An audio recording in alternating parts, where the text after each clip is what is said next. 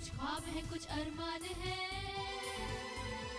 कुछ ख्वाब है कुछ अरमान है, लो है जगी एक उम्मीद की, आओ कुछ कर दिखाए, सारी दुनिया पे छाए, पाले मंजिले झूले आसमां, हमें खुद पर यकीन, अब ख्वाब हमारे ताबीर भी हमारी, अब ख्वाब हमारे ताबीर भी हमारी, अब ख्वाब हमारे ताबीर भी हमारी।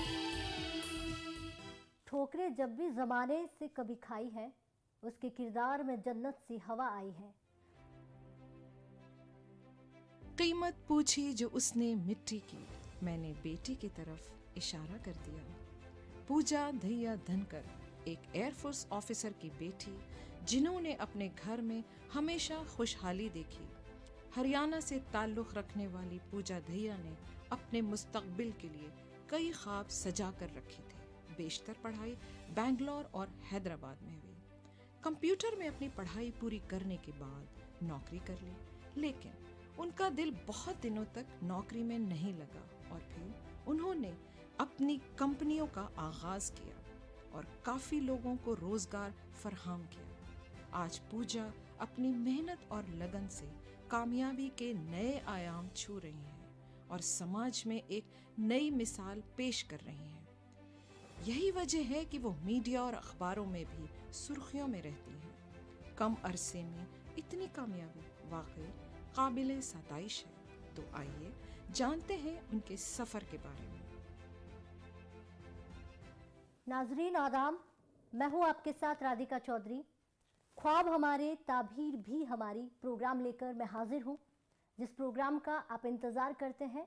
और उसी के साथ आज आपको एक ऐसी शख्सियत से रूबरू करवाने वाली हूं, जिन्होंने ये बता दिया कि समाज की रुकावट से लेकर, समाज के ताने बाने से लेकर, उन सभी के बीच वो अपने सपने के सफ़र को आगे लेकर बढ़ती रही। आज वही शख्सियत हमारे साथ मौजूद है। पूजा दहिया धनकर हरियाणा से आती है, वही हरियाणा जो धीरे धीरे अब बदलाव की ओर आगे बढ़ रहा है। लेकिन ऐसी शख्सियत हमारे साथ है, सीधा आपको मिलवाते हैं। वेलकम पूजा जी। शुक्रिया राधिका जी, मुझे यहाँ बुलाने के लिए आज धन्यवाद। हरियाणा से हैं आप जी। तो ये जानना बेहद ज़रूरी होगा कि आपका सफ़र कैसा रहा। जी, मैं हरियाणा से हूँ और मैं बहुत घमंड से कहती हूँ इसे कि मैं हरियाणा से हूँ। और सफ़र ज़िंदगी का अच्छा ही होता है, हर सफ़र अच्छा होता है।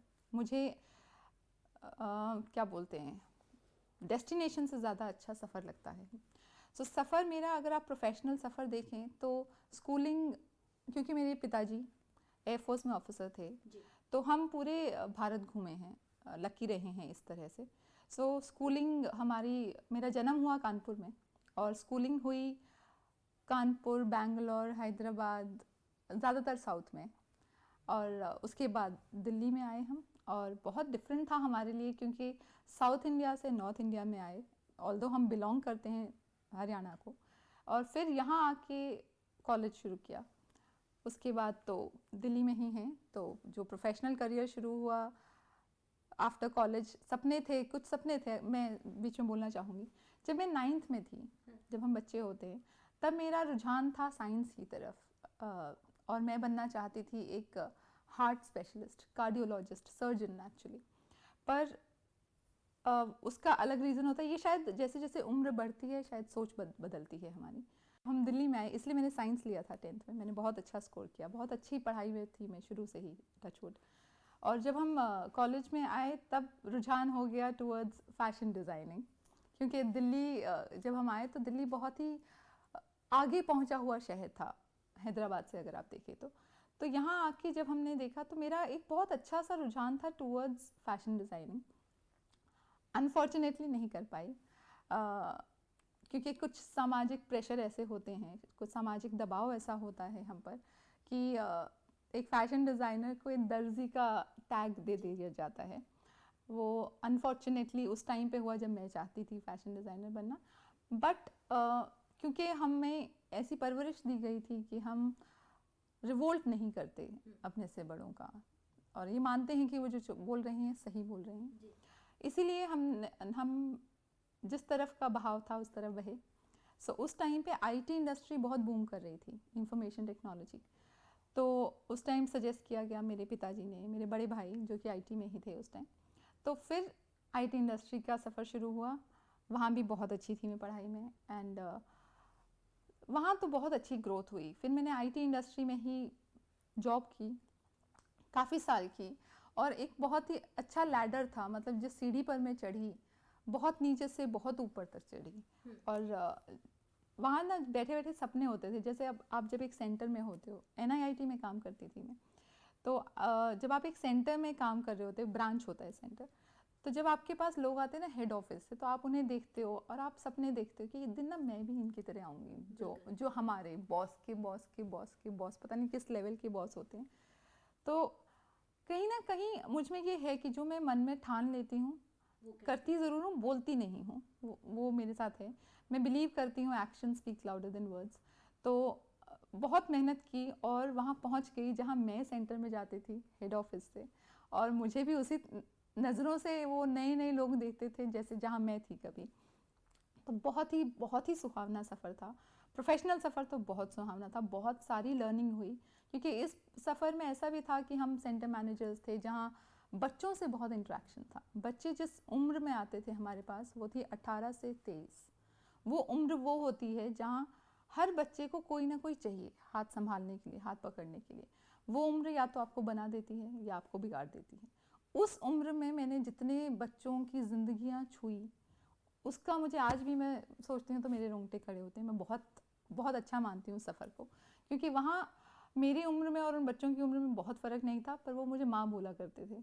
बहुत सारे बच्चे मुझे माँ बोलते थे। बीच में पूछना चाहूँगी, क्या उम्र रही होगी जब बच्चे आपको माँ बोला करते थे? वो बच्चे होंगे 18 से 23 साल के, और मैं होंगी शायद 27-28 साल की, पर वो मुझे तभी माँ बोला करते थे। और वो जो फीलिंग होती थी ना, वो जो एक दिल में एक सेटिस्फैक्शन होता है ना, एक आप तसल्ली मिलती है, एक सुकून मिलता है, वो सुकून मुझे आज तक के जॉब में नहीं मिला। लेकिन जो मुझे वहाँ जहाँ मिला। तक मैं जानती हूँ, लड़कियों को आंटी माँ बोलने से थोड़ा सा प्रॉब्लम है, तो आपको कभी नहीं लगा कि मुझे माँ क्यों बोला जा रहा है, मुझे मैम शब्द- बोला जाए? नहीं, मैम से ज़्यादा मुझे माँ शब्द, मैं अपनी मॉम को भी माँ बोलती हूँ।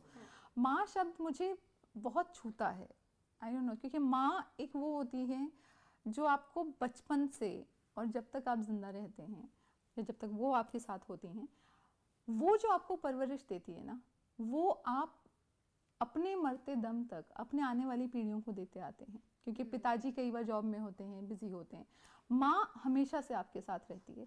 सो जहाँ एक पिता आपको स्ट्रॉन्ग बनाता है इमोशनली और प्रैक्टिकली, वहाँ माँ आपको परवरिश दे रही होती है अच्छा इंसान बनने की।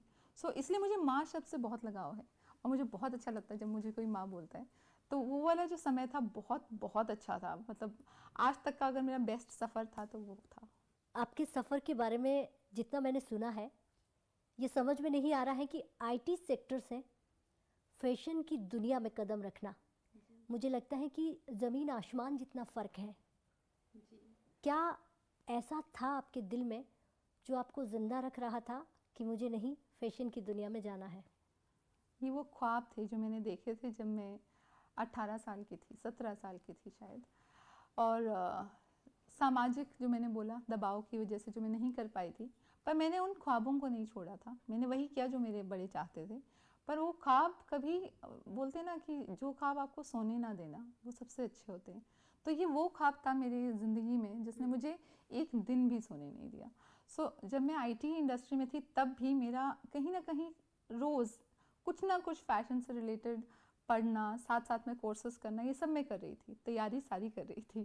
क्योंकि जब जॉब मिल जाती है, जब आप शादीशुदा हो जाते हैं, तो आपको एक फ्रीडम हो जाती है कुछ और अपने आप करने की। तो ये सब मैं साथ साथ करती रही। और जिस दिन मैंने वो मुकाम पाया आईटी इंडस्ट्री में, जो मैं एक ख्वाब देख रही थी कि मैं उस लेवल पे पहुंचूं कि मैं उस हेड ऑफिस से रीजनल मैनेजर बन सकूं, जिस दिन वो पूरा हुआ, उस दिन मुझे लगा कि बस अब नई जर्नी शुरू करते हैं, नया सफ़र शुरू करते हैं। क्योंकि एक और चीज़ मैं बताना चाहूँगी यहाँ, जब हम बड़े हो रहे थे ना, तो हमें बोला जाता था कि एक चीज़ पे फोकस करोगे आप तो कुछ बनोगे। अगर आप बहुत सारी चीज़ें करना चाहोगे तो कुछ नहीं बनोगे। अब ये बातें मुझे कहीं ना कहीं विश्वास नहीं होता था और मुझे ये लगता था कि एक ही ज़िंदगी है, मुझे तो एक ही ज़िंदगी में बहुत कुछ करना है, क्या पता अगला जन्म किस रूप में आए हम धरती पर। तो इसीलिए फिर आईटी इंडस्ट्री को हमने बाय कहा, रुखसत किया और हम आगे बढ़े। जो मेरा सपना था एक एम्प्लॉयर बनने का, जॉब देने का, वर्क देने का लोगों को, बहुत रिसर्च की, बहुत इंटरनेशनल ट्रिप्स किए, क्योंकि फ़ैशन डिज़ाइनिंग तो मैं कर चुकी थी, बट जो मैं करना चाहती थी आगे वो बहुत अलग था। जो कि आपने पूछा फ़ैशन डिज़ाइनिंग, मेरा रीज़न ये नहीं था कि मुझे फ़ैशन पसंद है, मेरा रीज़न ये था कि मुझे लगता है हर इंसान खूबसूरत होता है, हर इंसान, चाहे वो मर्द हो औरत हो, सब खूबसूरत होते हैं। पर अनफॉर्चुनेटली हम जिस समाज में रहते हैं हमें जज किया जाता है हम जिस तरह दिखते हैं। सो अगर देखने पे ही पता चलता है कोई खूबसूरत है तो मुझे लगा कि इसमें सबको खूबसूरत बनाना चाहिए और वो मुझे शुरू करना चाहिए, चाहे वो किसी भी साइज़ हो। जैसे आज बोलते हैं लोग 0 साइज़ अच्छा होता है, मैं नहीं मानती, मैं मानती हूँ हर साइज़ अच्छा होता है, हर इंसान खूबसूरत होता है। तो मैं बस ये चाहती थी कि अपने डिज़ाइन के द्वारा मैं हर इंसान के जो अंदर का रूह है ना, जो हम बोलते हैं सोल, उसे बाहर ला सकूं, दिखा सकूं। इसलिए मैं डिज़ाइन तब करती हूँ जब मैं एक इंसान से पूछ लेती हूँ कि वो हैं कैसे, सो दैट उनकी पर्सनालिटी ला सकूं। वो नहीं जो फैशन में है, जो किसी ने बोला अभी ट्रेंड है, वो नहीं चलाती मैं, वो नहीं बनाती मैं बहुत अलग, यूनिक, इंडिविजुअल, स्पेसिफिक चीज़ें बनाती हूँ। अब वक्त के साथ लोगों को बदलना या उनकी सोच को बदलने में विश्वास रखती है, लेकिन आपका मैं जानना चाहूँगी 2004 में शादी होना, उसके बाद का वक्त, उसके बाद का सफ़र जो है वो आपके लिए कितना बदलाव लेकर आया?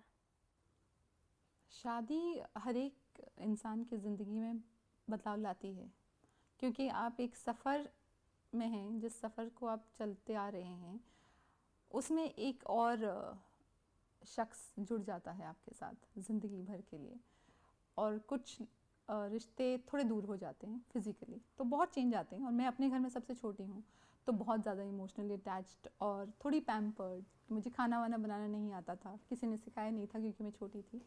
तो बहुत सारी चीज़ें सीखी मैंने शादी के बाद। बट फॉर्चुनेट ये था, अच्छाई ये थी कि मेरे जो हस्बैंड है वो उस टाइम पे जॉब करते थे ICICI में, तो वो टिपिकल फाइनेंस पर्सन है, जैसे मैं एकदम ही IT एंड फैशन से रिलेटेड हूँ, वो एकदम फाइनेंस से ही है।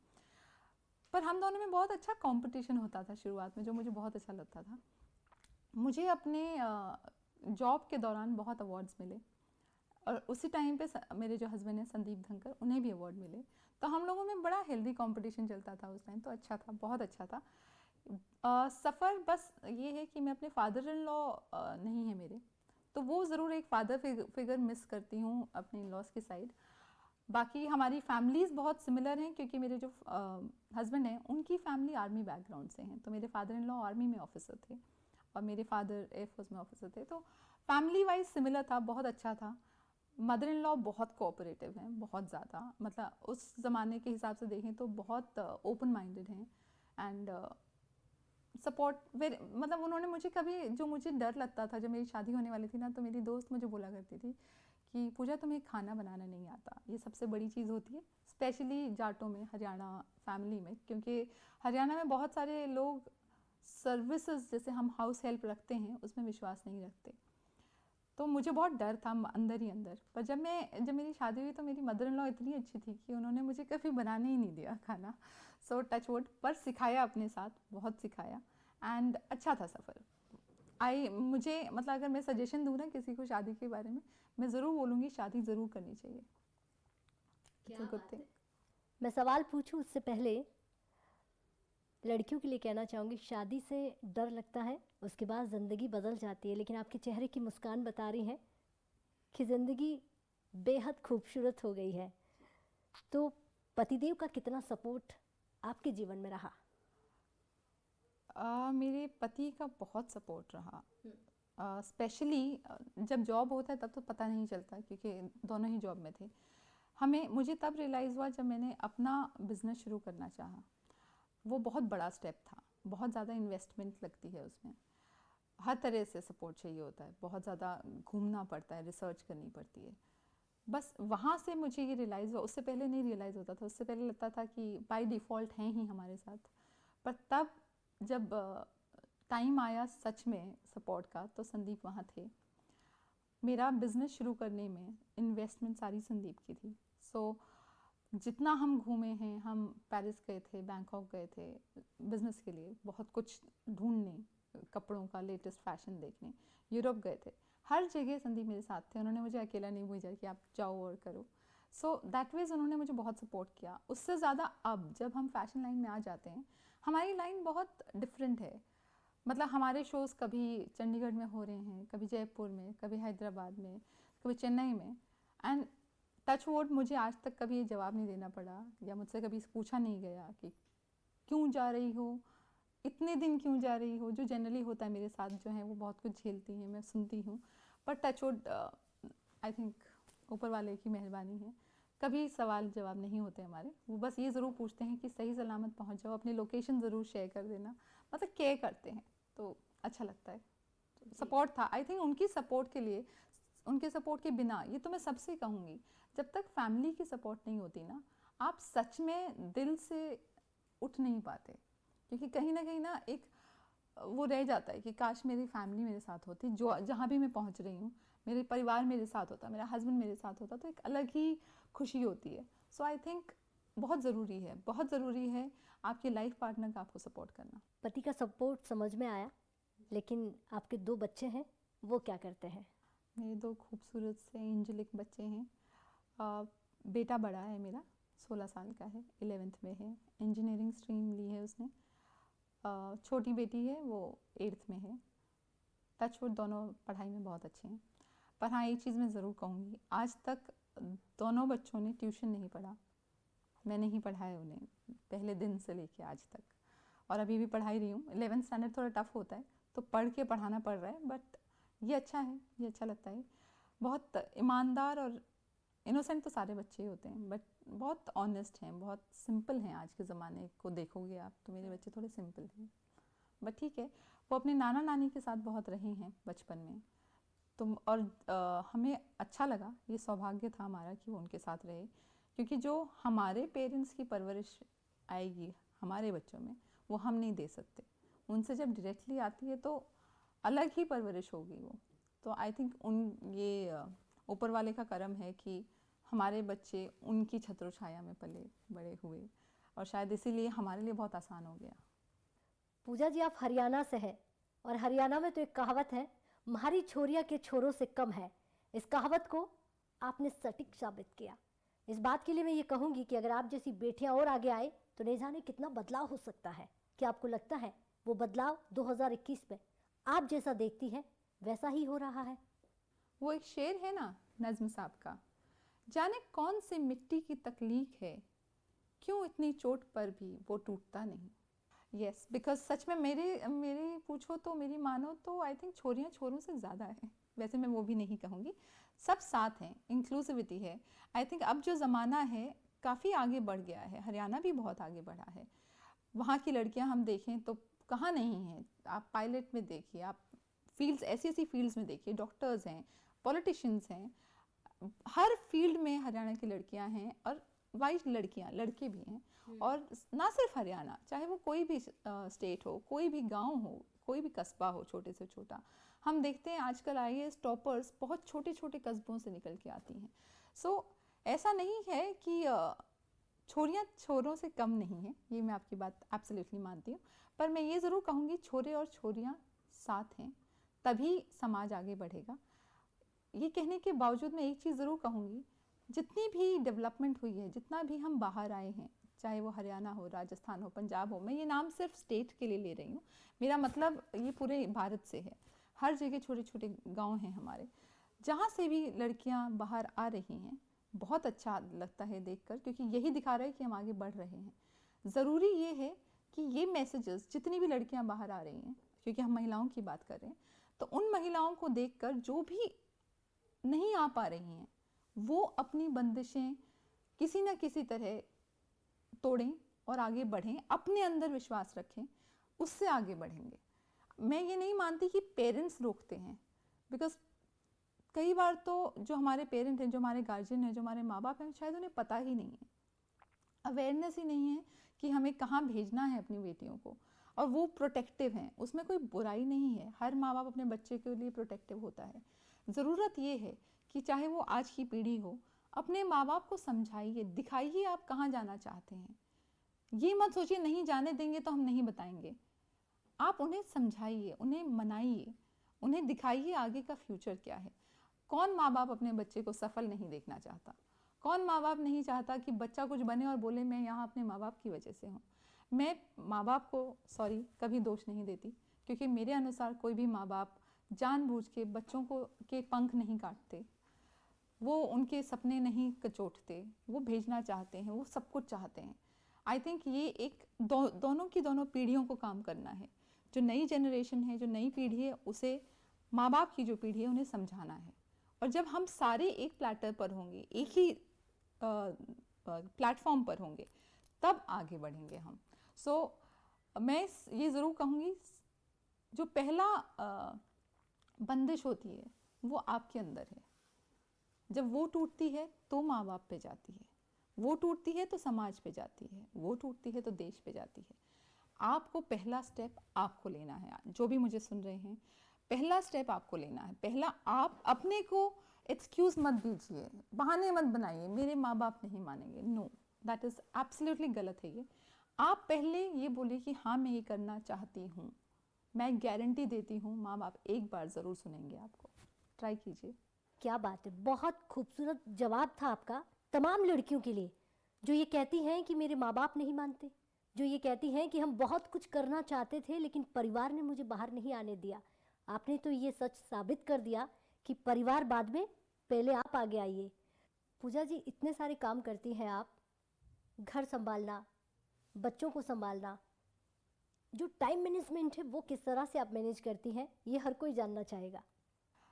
टाइम मैनेजमेंट बहुत ही उम्दा सवाल है ये, मुझे अच्छा लगा, इसका जवाब देना पसंद आएगा मुझे। पहली बात तो मुझे बिज़ी रहना बहुत पसंद है, बहुत। मुझे लगता है टाइम फ्री होना ही नहीं चाहिए, पर जब होता है तो आई थिंक ये सारा मैनेज पता है कब होता है, जब आप हर काम की जो नींव रखते हैं, जब आप उसे ठीक रख लेते हैं ना, तो आगे के काम खुद ब खुद ठीक होते जाते हैं। चाहे वो बिज़नेस हो, जब हमने बिज़नेस शुरू किया तो बहुत टाइम लगाया, बहुत फाउंडेशन, नींव जो बोलते हैं, उसे दुरुस्त किया। अब वो अपने आप ऑटो मोड पे चलता है तो बहुत अच्छा लगता है।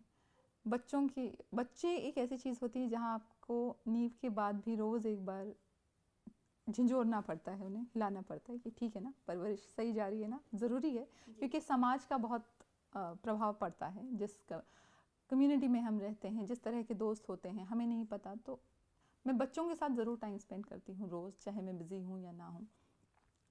और टाइम मैनेजमेंट करना ज़रूरी भी है, क्योंकि आप किसी भी एक चीज़ को ज़्यादा ध्यान नहीं दे सकते। अगर आप बिज़नेस पे ज़्यादा ध्यान देते हैं और फैमिली पे नहीं, तो आपकी फैमिली कहीं ना कहीं सफ़र करेगी, चाहे वो हेल्थ हो, चाहे वो कुछ और हो, चाहे वो एक दूसरे का टाइम हो। सिमिलरली होता है अगर आप, क्योंकि आपका जो बिज़नेस है वो भी आपका बच्चा है, तो जिस तरह मेरे 2 बच्चे हैं, ऐसे वो मेरा तीसरा बच्चा है। और भी बिज़नेस है मेरे, तो मैं अपने बिज़नेस को अपने बच्चों की तरह लेती हूँ, तो हर एक को इक्वल टाइम देती हूँ। फिर भी अगर मेरे पास टाइम बचता है तो मेरा फोकस थोड़ा सा डिफरेंट है। जैसे लोग अपने फ्री टाइम में बुक्स पढ़ते हैं, मैं अपने फ्री टाइम में रिलेशनशिप्स पे ध्यान देती हूँ। जैसे माँ बाप, मैं ज़रूर उनसे मिलने जाती हूँ। जब भी मेरे पास किसी भी दिन 3 घंटे फ्री होते हैं तो मैं अपने बच्चों को लेके मम्मी पापा के पास ज़रूर जाती हूँ, या बहन भाई, या मेरी जेठानी जेठ जी, या मेरे ननंद नंदोई। बहुत लंबा चौड़ा परिवार है हमारा। तो जब भी मेरे पास टाइम होता है मैं फ़ोकस करती हूँ। मैं चाहती हूँ कि जो रिश्ते हैं, क्योंकि मैंने वही कमाया है, पैसे कमाई तो अलग चीज़ होती है, रिश्ते कमाना बहुत तसल्ली देता है मुझे। तो रिश्तों पे मैं ज़रूर ध्यान देती हूँ, तो मेरा टाइम मैं वहाँ स्पेंड करती हूँ। बच्चे पहली प्रायोरिटी होती है, उसके बाद पेरेंट्स, और उसके बाद रिश्ते रिश्ते रिश्ते रिश्ते। बहुत सुंदर। ऐसा लगता है कि आप बहुत कुछ सिखा रही है, लेकिन आप पूरी दुनिया घूमी है, जहाँ तक आपने नाम बताए, बहुत कुछ देखा है। क्या ये जो रास्ता है यहाँ तक है या इसकी मंजिल भी है? मंजिल है, हर रास्ता किसी न किसी मंजिल तक तो पहुंचता ही है। सो मंजिल है, और आपको शायद जानकर थोड़ा डिफरेंट लगेगा, क्योंकि मेरी मंजिल ना तो आईटी से रिलेटेड है और ना ही फैशन की लाइन से। मेरी मंजिल है कि मेरे 2 सपने हैं, जिस दिन वो पूरे होंगे वो मेरी मंजिल होगी। ये तो सिर्फ ज़रिया है वहाँ तक पहुँचने का। मेरा एक सपना है, एक ख्वाब है, जैसे आप बोलते हैं ख्वाब हमारे ताबीर भी हमारी। सो एक ख्वाब है मेरा, एक क्लब खोलना चाहती हूँ मैं, जिसका नाम होगा अनरिटायर्ड। ये पहली बार मैं आपके सामने बोल रही हूँ, वरना ये बहुत ही मेरे तक था अभी तक। अनरिटायर्ड नाम है, पर वो क्लब होगा सब रिटायर्ड लोगों के लिए, क्योंकि रिटायर्ड लोग जो हमारे पेरेंट्स की उम्र के हैं, मैंने उनके साथ बहुत टाइम बिताया है, जो मैं समाज सेवा करती हूँ। एक खालीपन देखा है मैंने उनकी ज़िंदगी में, और उन्हें किसी से कोई शिकायत नहीं है, क्योंकि वो जानते हैं उनके बच्चे अगर अभी काम नहीं करेंगे तो वो सेटल कैसे होंगे।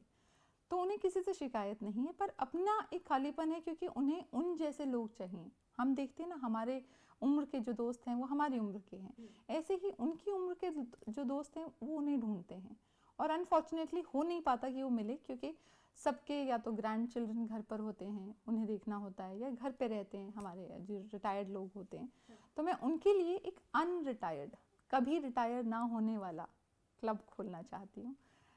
तो वो मेरा सबसे बड़ा सपना है, जहाँ पे सारी रिक्रिएशनल एक्टिविटीज़ होंगी, उनके उम्र के हिसाब से इंडोर गेम्स होंगे, आउटडोर वॉक्स होंगी, योगा फैसिलिटीज़ होंगी, लाइब्रेरी होगी, टीवी रूम होगा, न्यूज़ चैनल्स होंगे, बहुत कुछ होगा वहाँ पर। वो है मेरा, जो आप बोल रहे हैं जहाँ मुझे पहुँचना है मंजिल, वो मेरी मंजिल है, वो मेरा ख्वाब है, जिसके लिए मैं बहुत मेहनत कर रही हूँ काफ़ी सालों से, और इंशाल्लाह भगवान ने चाहा तो ज़रूर पहुँचूंगी वहाँ तक। पूजा जी, ऊपर वाले से दुआ करती हूँ कि आपका ख्वाब पूरा हो। ये हम सब की दुआएं हैं कि आप अपनी मंजिल तक पहुँचें और इस सपने को पूरा करें। शुक्रिया राधिका जी। एक लाइन बोलना चाहती हूँ मैं यहाँ पर, कि मर के भी किसी को याद आएंगे, किसी के आंसुओं में मुस्कुराएंगे, बस ऐसा कुछ करके इस ज़माने से विदाई लेंगे। थैंक यू पूजा दैया धनखड़ जी। शुक्रिया आपका, थैंक यू आपका राधिका जी, नज़म जी का, थैंक यू दूरदर्शन का, कि मुझे ये वक्त दिया जहाँ मैं अपने जीवन के जितने संघर्ष थे वो बता पाई। और बहुत अच्छा लगेगा अगर हमारे जो दर्शक हैं, जो देख रहे हैं, अगर किसी एक की भी ज़िंदगी में छू पाऊँगी अपने सफ़र से, तो शुक्रिया। तो नाजरीन, आप देख रहे थे आपका पसंदीदा प्रोग्राम ख्वाब हमारे ताबीर भी हमारी। आप सफल तब हो जाते हैं जब वही समाज आपको ताने दे और वही समाज आपकी मिसाल अपनी लड़कियों को दे। कुछ ऐसा ही आज की शख्सियत ने कर दिखाया, और उसी की मिसाल आज पूरा हरियाणा नहीं, पूरे देश की अगर मैं बात करूं तो हर कोई इस बेटी की मिसाल देता है। तो चलिए इजाज़त दीजिए, अगले हफ्ते फिर होंगे किसी एक ऐसी ही शख्सियत के साथ। तब तक के लिए खुदा हाफिज।